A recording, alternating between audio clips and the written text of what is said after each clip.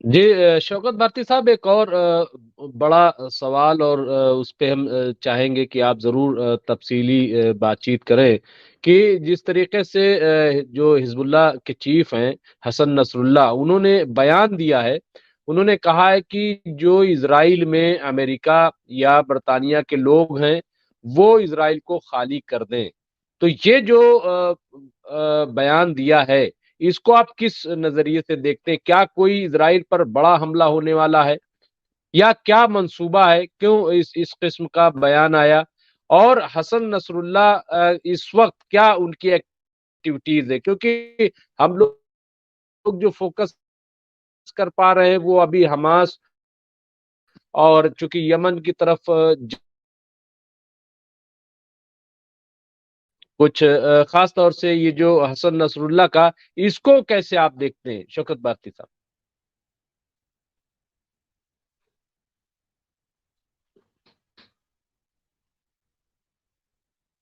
आवाज आ रही मेरी?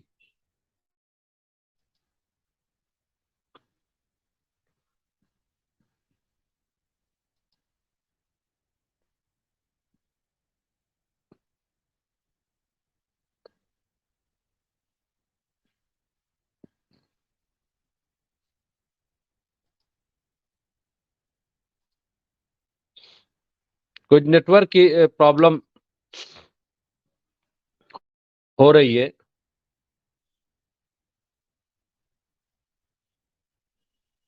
हेलो। आवाज आ रही है? हेलो। जी।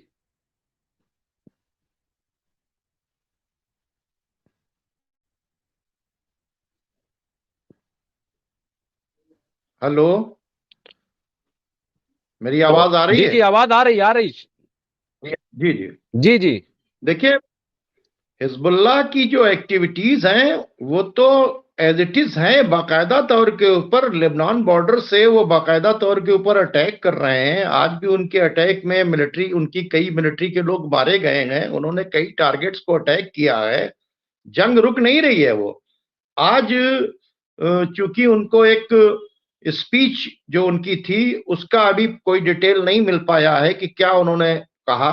लेकिन अब तो पूरी तरीके से देखिए, आपको ये भी पता है कि हसन नसरुल्लाह ने हालात चेंज होते ही अपने दामाद को नजफ भेज दिया था ताकि नजफ वाली जो कमान है कतायब हिजबुल्लाह वाली उसको संभालें। और वो वहां पहुंच गए और आप देख रहे हैं कि उसके ही बाद जो है इराक के अंदर और सीरिया के अंदर जो है, इराक से लेकर सीरिया तक सारे ग्रुप जो है एक्टिव हो गए और उसके ऊपर जबरदस्त जो है क्या नाम है, वहां के ऊपर हमले हुए हैं। कल आपने देखा कि गोलान हाइट्स के ऊपर हमला हुआ और वहां की जो इनकी सबसे बड़ी जो ब्रिगेड थी, गोलानी ब्रिगेड, उसके हेडक्वार्टर के ऊपर हमला हुआ, उसका इंटेलिजेंस सिस्टम बेकार किया गया। अभी आप देख रहे हैं हैफा के ऊपर हमला हुआ। ये सब जो है, ये सब जो है एक्टिविटीज जो है वो जारी है। और ये एक्टिविटीज जो है गजा के अंदर, अगर एक्टिविटीज हमास की चल रही है तो ये सारी एक्टिविटीज जो है ये हिजबुल्लाह की है। और वो हिजबुल्लाह की टीम, चाहे वो लेबनान के अंदर हो चाहे वो इराक के अंदर हो, ये लोग इस काम को अभी कर रहे हैं और बाकायदा तौर के ऊपर जंग जारी है। बहुत सख्त और बहुत ही टफ जंग जारी है इस वक्त। तो वो साइलेंट नहीं बैठे हुए हैं। और जो इन्होंने वार्निंग दी है तो जाहिर सी बातचीत है कि वो तो बड़ा एक हमला करेंगे। हिजबुल्लाह हमला करेगा मगर बड़ा वहां के ऊपर। तो जाहिर सी बातचीत है कि अब जब वो हमला करेगा तो उसके ऊपर जो जो भी होंगे अमेरिकन होंगे। और सबको पता है कि अमेरिकन भी हैं, बाकायदा तौर के ऊपर अमेरिकन आर्मी भी वहां के ऊपर है। आपके इसराइल के अंदर ऐसा नहीं है कि नहीं है। तो ये सीआईए के लोग पूरी तरीके से वहां पे एक्टिव हैं। इससे पहले आपने देखा था कि इनकी जो स्पेशल फोर्स थी वो भी गजा के अंदर दाखिल हुई थी। तो ये जंग तो अमेरिका ही लड़ रहा है। तो अमेरिका पूरी तरीके से अब एक्टिव होके आ गया है। तो जाहिर सी बातचीत है कि एक्टिव हुआ है तो हिजबुल्लाह के हमले के अंदर कैजुअलिटीज तो उनकी भी होंगी। तो वो हिजबुल्लाह तो पूरी तरीके से एक्टिव है। वो कहाँ, मतलब आप देखें कि 8 अक्टूबर के बाद से एक्टिव है।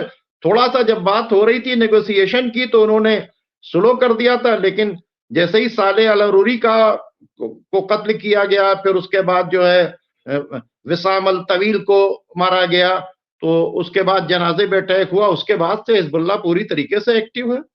और उसने एक बात भी नहीं मानी। तमाम जो है यूरोप के और अमेरिका के और तमाम लोग आए, और आने के बाद उन्होंने चाहा कि हिजबुल्लाह साइलेंट रहे, लेकिन हिजबुल्लाह ने वो रिजेक्ट कर दिया बाकायदा तौर से वहां पे।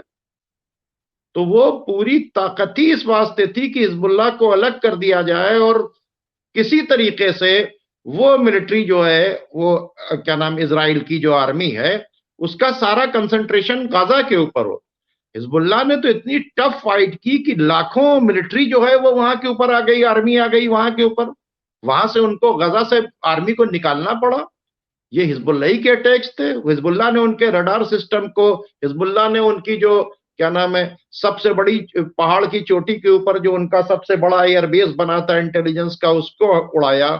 उसके बाद उसको दूसरा जो इनका क्या नाम है मिलिट्री साइट थी, उसको उड़ाया।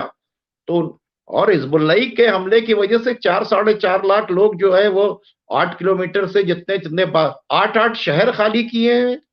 तो वो तो खाली उन्होंने ही करवाए हैं। तो वहां तो जंग चल रही, और किसी की आने की हिम्मत भी नहीं है कि वो वापस चला आए। जी। नहीं, बिल्कुल। तो शौकत भारती साहब, एक चीज और जो खबर आ रही है, और हालांकि ये खबर नई नहीं है, पहले से आ रही है, मैंने स्क्रीन पे दिया, शान हैदर रिजवी साहब ने लिखा है कि 4,000 इजरायली फौजियों को विकलांग का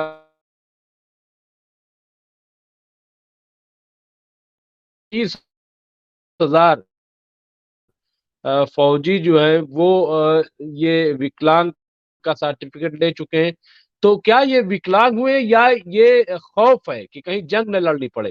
क्योंकि बहुत सारे लोगों ने, फौजियों ने, ये जहनी तवाजुन कि साहब हमारा जो है दिमागी तवाजुन बिगड़ गया है, जहनी तवाजुन बिगड़ गया है, कुछ जो है विकलांग ये है। हैं, इस न्यूज को तो अभी हमने आपको बताया है कि, और ये बाकायदा तौर के ऊपर ये न्यूज जो है अलमनार पर भी पड़ी हुई है, और अलमनार ने भी जो ये सोर्स बताया है, कि इसराइल के ही सोर्स से बताया है कि 30,000 लोग एक्सपेक्टेड हैं और 4,000 लोगों को सर्टिफिकेट इशू हो चुके हैं। ये बात बिल्कुल, ये तो मैंने अभी थोड़ी देर पहले ही आपको इस बात को बताया था। अपनी जो वो हमने आपको जो पूरा एक ब्रीफ दिया था उसके अंदर। तो ये बात तो है ही है। और दूसरी बात ये है कि देखिए, एक और बात है कि जो लोग आजादी से रहते थे, बाहर निकलते थे, जिनके ऊपर कभी, जिनको कोई कभी तकलीफ नहीं थी 75 साल के अंदर, आज उनको जो है बेसिस के अंदर रहना पड़ रहा है। इससे पहले आपको पता था कि काफी लोगों ने जो है क्या नाम है यानी जो ब्रेन के डॉक्टर से कंसल्ट किया था बाकायदा तौर के ऊपर, और उनको उसको बाकायदा तौर के ऊपर उनको जो है साइकियाट्रिस्ट लगा के उनको जो है समझाया जा रहा था, और जंग से मतलब वो डिप्रेशन में जो थे उनको निकालने की पूरी कोशिश की जा रही थी बाकायदा तौर के ऊपर। तो जाहिर सी बातचीत है। और सबको एक आस भी थी कि ये हमारी आर्मी जो है, और हमारा जो इंटेलिजेंस सिस्टम जो है, और हमारा जो क्या नाम है, जो हमारी लीडरशिप जो है, वो हमास को खत्म कर देगी, कैप्टिव्स को छुड़वा देगी। अब जब वो वहां के ऊपर ये सब कुछ नहीं हो रहा है, और उनका सारा कारोबार चरमरा कर बैठ गया है, महंगाई बढ़ रही है, इकोनॉमी चौपट है, हाँ, 5 लाख 7 लाख लोग घर छोड़ के जो है वहां पर हैं, तो जाहिर सी बातचीत है, ये वो नहीं है जो सड़कों पर पड़े हुए हैं। मैंने कहा था ना, एक तरफ फिलिस्तीनी सड़कों पर पड़े हैं इस ठंडक के अंदर, लेकिन वो बाकायदा तौर के ऊपर स्टैंड लिए, और एक तरफ ये लोग जो है इनको तमाम फैसिलिटीज दी गई है, सिर्फ ये क्या है, बंकर्स के अंदर हैं, होटल्स के अंदर हैं, सेफ प्लेसेस के अंदर हैं। उसके बावजूद भी उनकी हालत खराब है। ये सिर्फ सायरन सुन के परेशान हो रहे हैं। वहां तो रोजाना बॉम्ब गिर रहा है। वहां तो हिरोशिमा और नागासाकी से 3 गुना ज्यादा बॉम्ब गिरा दिए गए। तो जिन्होंने हर वक्त उनको सायरन सुनता, 30 से 150 सेकंड के अंदर जो है 30 से 90 सेकंड के अंदर उनको भाग के जाना पड़ता है वहां के ऊपर अपने बंकर्स के अंदर। तो वो तो इंजॉय करने वाले और क्या नाम है बाकायदा तौर के ऊपर बीच के ऊपर रहने वाले और क्लब और डांस में जाने वाले लोग, उनकी लाइफ का एक पार्ट है, उनसे वो सारी चीजें छिन गई। वो उनकी जिंदगी का एक हिस्सा था, आजादी, उरियानियत और वो सारा। उनके जितने भी आप बताएं, जो इनका बेंगोरियन वो है क्या कहते हैं एयरपोर्ट, उसमें एक भी ना फ्लाइट आ रही है ना एक जा रही है, ना कोई वहां से जा रहा है ना कोई आ रहा है। ठीक है। इलाज जो उनका सबसे बड़ा बहुत पिकनिक स्पॉट और ये बहुत ही खूबसूरत जो शहर था, वहां देखिए हु का आलम है, भूत, उसको भूत का शहर लोग कहने लगे। तो सारी चीजें तो हैं, तो जाहिर सी बातचीत है कि साइकोलॉजिकली उनके ऊपर तो असर होगा ही होगा।